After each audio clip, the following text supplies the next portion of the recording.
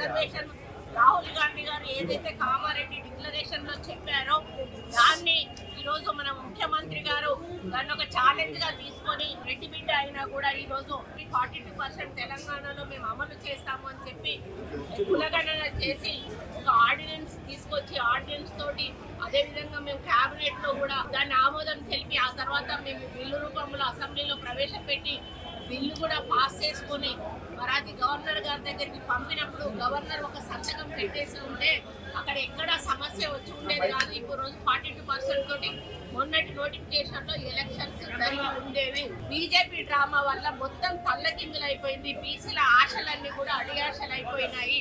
మరి వాళ్ళు అసెంబ్లీలో మద్దతు చెప్పారు, బయటికి పోయినాక తోక జాడిచ్చారు.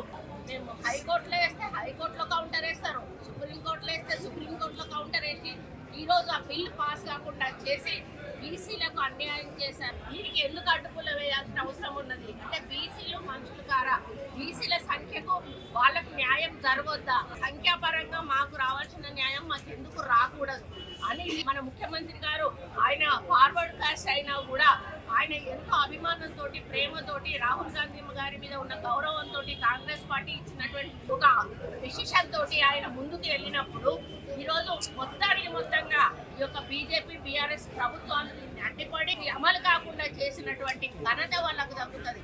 ఈ రోజు బీసీల పాపం వాళ్ళకు కొట్టుకుంది. ఎందుకంటే వాళ్ళు మీ కోర్టులో ఉంది, మీరు మాట్లాడండి, ప్రధానమంత్రితో మాట్లాడి అది అమలు చేపిస్తే మీకే వస్తుంది క్రెడిట్, మీరే తీసుకోండి, మాకేం అభ్యంతరం లేదు. కానీ మాకు బీసీలకు మాత్రం 40% కావాలి.